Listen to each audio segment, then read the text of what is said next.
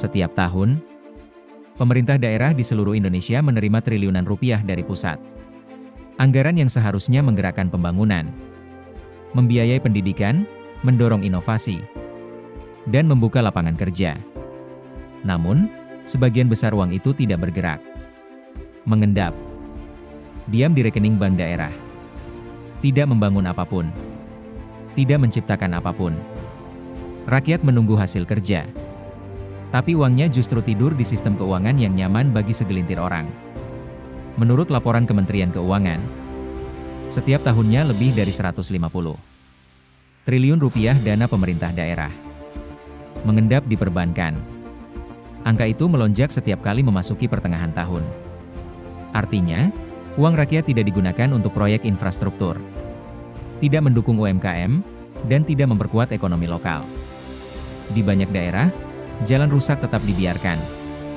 Sekolah masih kekurangan fasilitas, dan anak muda tidak punya ruang untuk berinovasi. Padahal, anggarannya ada. Hanya saja, disimpan. Penyebabnya bukan satu. Sebagian karena birokrasi yang lamban.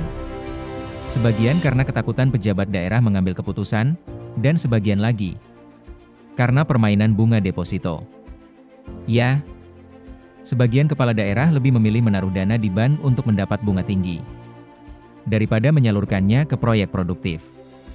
Bagi mereka, uang mengendap bukan masalah, justru menjadi keuntungan tersembunyi. Sementara waktu berjalan, rakyat menunggu, dan ekonomi daerah stagnan. Bayangkan jika dana ratusan triliun itu digunakan dengan tepat.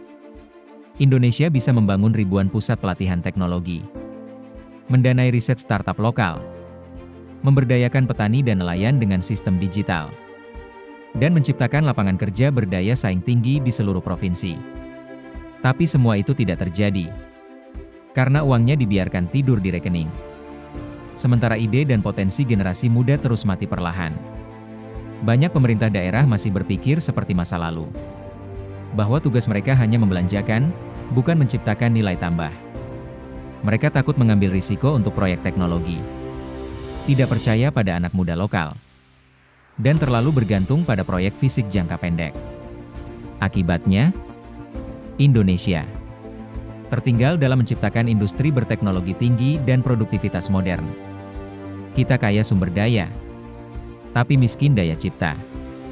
Negara ini tidak akan maju jika uang rakyat hanya berputar di lembar laporan. Uang harus bekerja, bukan tidur.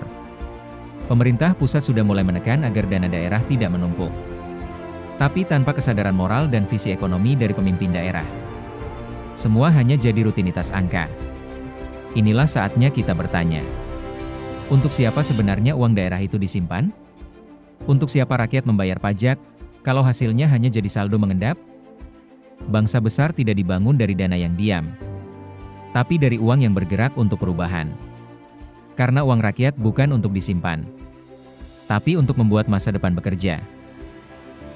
Uang yang mengendap adalah simbol negara yang takut melangkah.